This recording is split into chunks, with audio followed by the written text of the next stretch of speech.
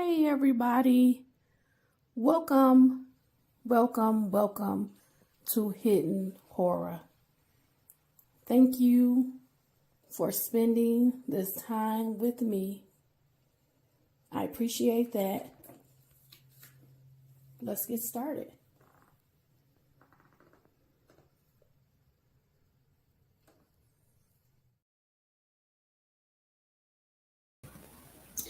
Good evening. Hey everybody, how are you guys tonight?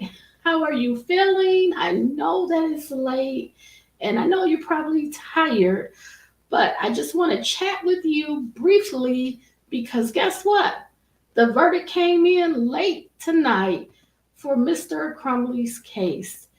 And guess what? He was found guilty. I have so many thoughts running through my head. So I want to just address a couple of things. I will not hold you long. Um, I had planned on playing some of the prosecutor's commentary when she gave her closing statement. And I was going to bring that forth because I really started thinking we had not really talked about the way in which the shooting unfolded. And as I was listening to the prosecutor, I had learned some new details, and I thought, wow, it's very, very sad because we don't get a lot of testimony about the shooting, and we don't get to see the video, of course. Um, and they had briefly showed in a video that I was watching Ethan walking down the hallways in the school with the gun. And I said, wow, seeing it is so much different than hearing testimony. So I was going to come today with the video with that, but I kind of got busy because I started working on my nails. And once I took a little break to just go online and see, assuming the verdict would come out Friday, and I'm like, wow, I missed this. So I'm like, okay, I'll just hop on for a second. But I want to show you just briefly what was said by the prosecutor, Karen McDonald, about the shooting as it unfolded, and then we'll briefly just go over the fact that there is a guilty verdict with James Crumbley. So let's just detail that for a second. So I'm going to share my screen because I have the video up and I wanted you to hear it's probably about 2 minutes. So let's kind of check that out.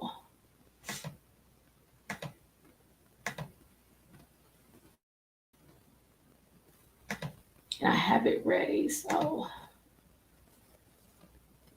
And they find out a lot of information. You saw the video of the shooting. There's a reason we tell the media they have to turn their cameras on. We don't want those images out there. We don't want them to be on the internet. We don't want to encourage another school shooting.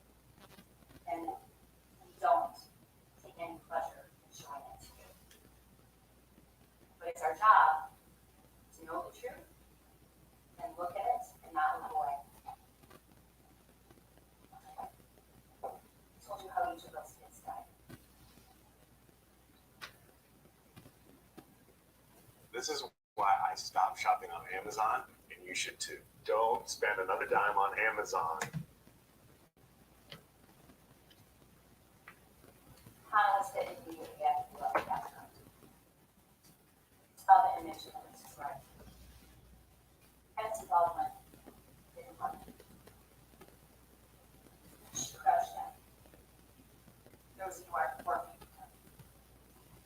And she put her hands over her head. And he walked right up to her and shot her at close range.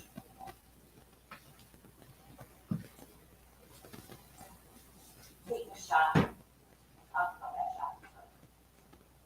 Because he was coming in the door. Because he didn't even know what was going on. And just in showing, shots in the bathroom. After several minutes of being in there, he went immediately, threw in the bathroom, stayed there. Justin knew the shooter was there. And there was another student in there as well. He saw him run. He ran.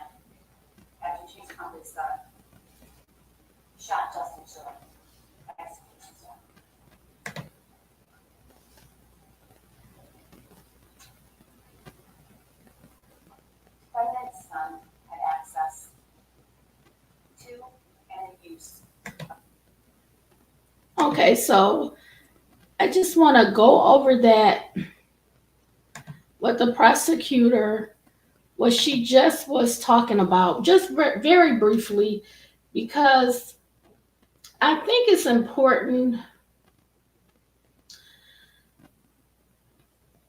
I feel like, because we don't see the video and we hearing the words of different witnesses as they recount what happened, or even memory, I think we lose the humanity when we don't see the video. And I know, again, they're not going to show the video. They want to protect the public. They want to, as much as possible, not hurt the victims' families and friends, things like that. It's hard because it can become words. And sometimes people, they don't connect with words. Some people, they really don't get the gravity, the full gravity of everything with just words. And when I listened to that, it started making me think about like Keegan and Justin being in the bathroom together. And I have a mind that can kind of put this in 3D, and knowing that they were in the stall together and they were hiding. They had been in the bathroom for minutes and texting their family, letting them know that there was a shooter, and they could hear the guns and how they were hiding in the bathroom. And when Ethan came in the bathroom, he ordered Justin out of the stall first. And when Justin came out of the bathroom stall with Keegan, he ordered him to get on his knees. And he shot him execution style. And I think when we don't have testimony and when we're not shown video, we lose the humanity. This is such a dark moment. The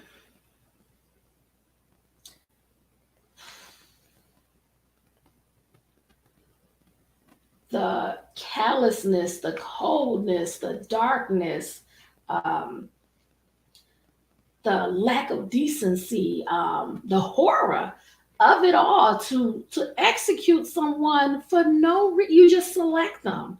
That's being in a place, not that you know this is going to happen, that you're prepared for it, that you did anything wrong, but it was just mere chance that you would hide somewhere, and he's seeking to find people to annihilate, to take their life. And I know, because I can see the face of Justin Schilling. I can see that smile, the brightness, the light in his face. And I can imagine that happening to him. And I'm just like, it was just a moment when the prosecutor was speaking. It was just a few words, just a few seconds. And it brought it all back for me again. If you weren't able to hear what Prosecutor McDonald said, she said that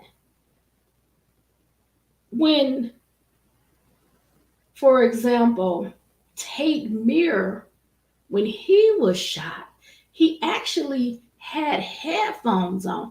He didn't even know what was happening. He entered into the door. When he came into the door, Ethan, he saw him. He didn't hear what was going on. He didn't know to run, to hide, to try to get away. Ethan had known Tate Mirror since elementary school. They went to the same school together. He knew him. He knew him.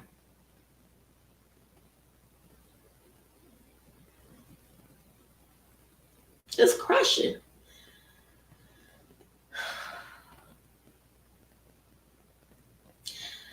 When she talks about Madisyn, she says that Madisyn was in the hallway about 4 feet from a door. She ended up crouching down and putting her hands over her head like this.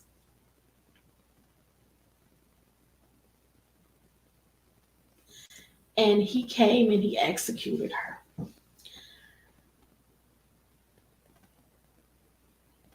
I know,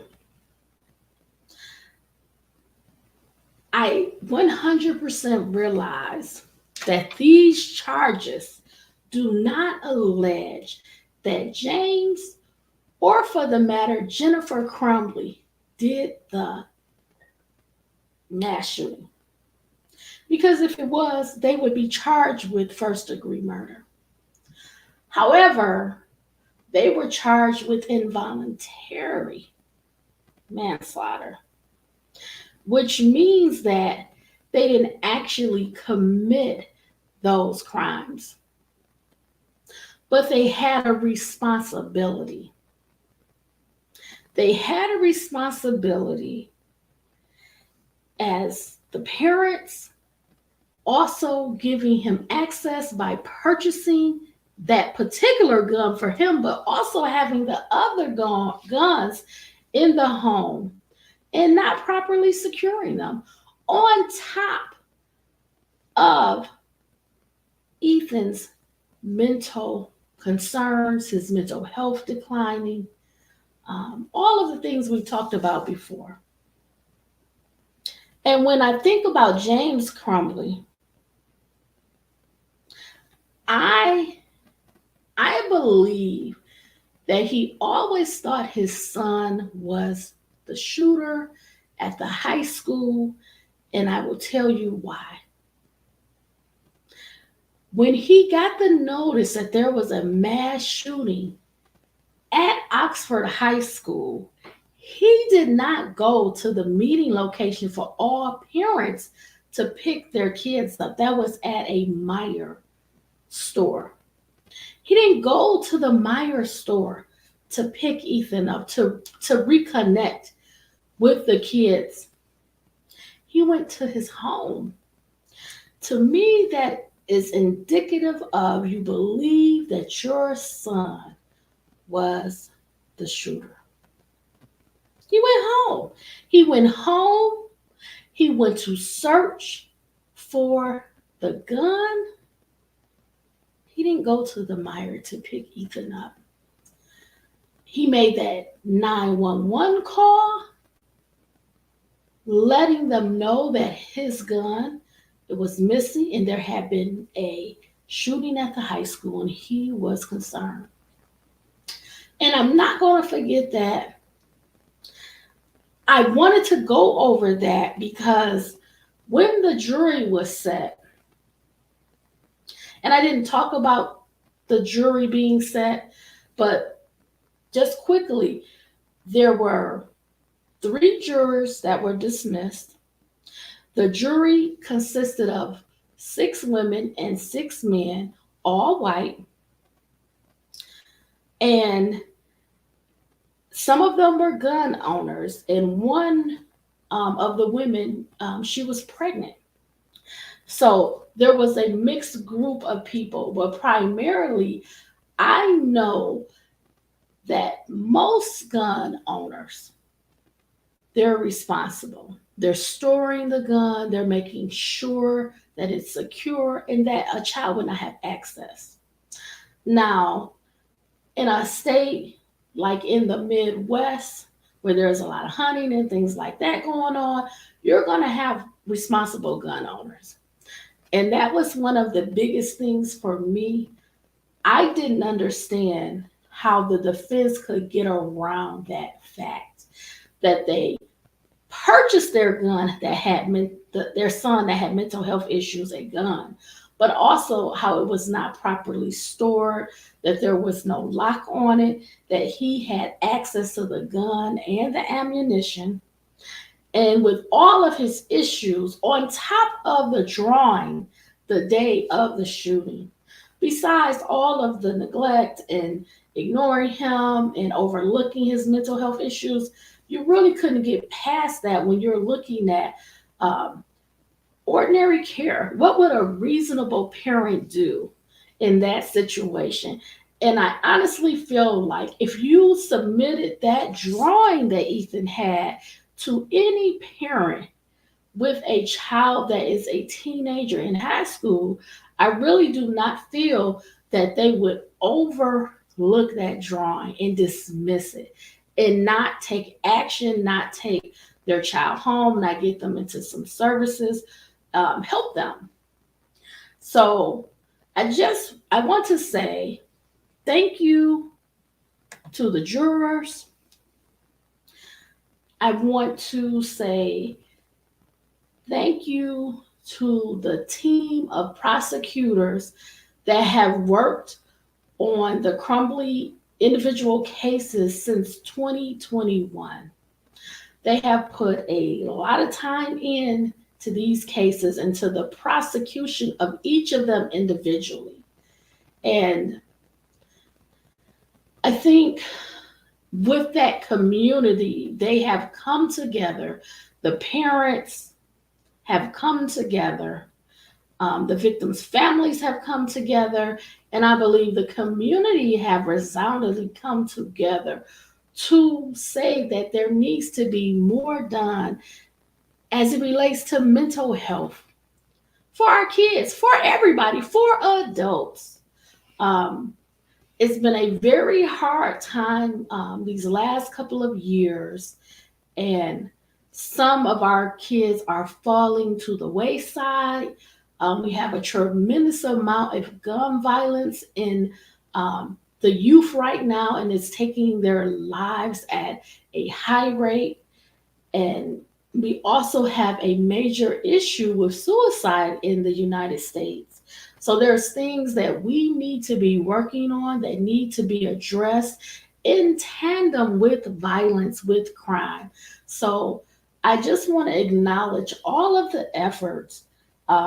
And the media and the news have covered this story primarily because um, gun control, gun laws, and the fact that people may feel fearful that they may not have the ability to purchase guns and use guns with their kids. No, it's not that. It's make sure that you're being responsible, you're accountable, you're securing that weapon, you're keeping everyone safe, and you don't buy a weapon, you don't put a weapon in the home that's not secure around a child or a child that has mental health issues, particularly if you feel that they may cause self-harm or go to the other extreme of doing a mass shooting. So I just want to acknowledge all of the hard work. Um, and I think we have to start working towards some legislation and more community policing, more parental involvement to support our education system, and in particular, the teachers in the classrooms. We have to do more.